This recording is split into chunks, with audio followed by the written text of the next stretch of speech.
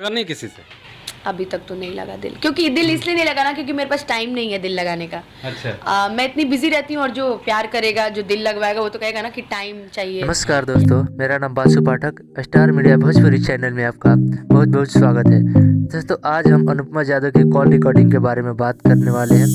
क्या सच्चाई है और क्या गलत है।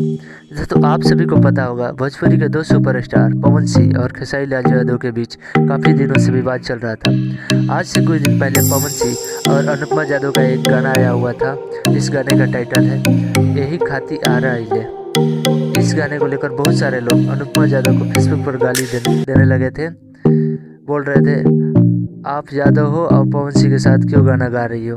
और अनुपमा यादव को ये बहुत बुरा लगा। अपने फेसबुक पर लाइव आकर कुछ ऐसी बातें बोली, मैं जातिवाद नहीं करती हूँ, मेरे लिए सब बराबर है, कलाकार का कोई जाति नहीं होता है।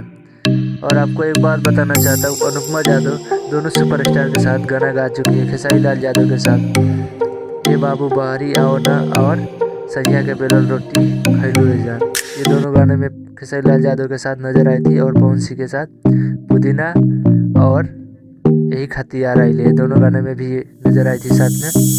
दोस्तों, अब बात आती है कॉल रिकॉर्डिंग की। भोजपुरी इंडस्ट्री में हमेशा कुछ न कुछ विवाद होता रहता है। अभी कुछ दिन पहले त्रिशाकर मधु का प्राइवेट वीडियो लीक किया गया था। उसके बाद फिर पवन खेसारी का आपस में विवाद।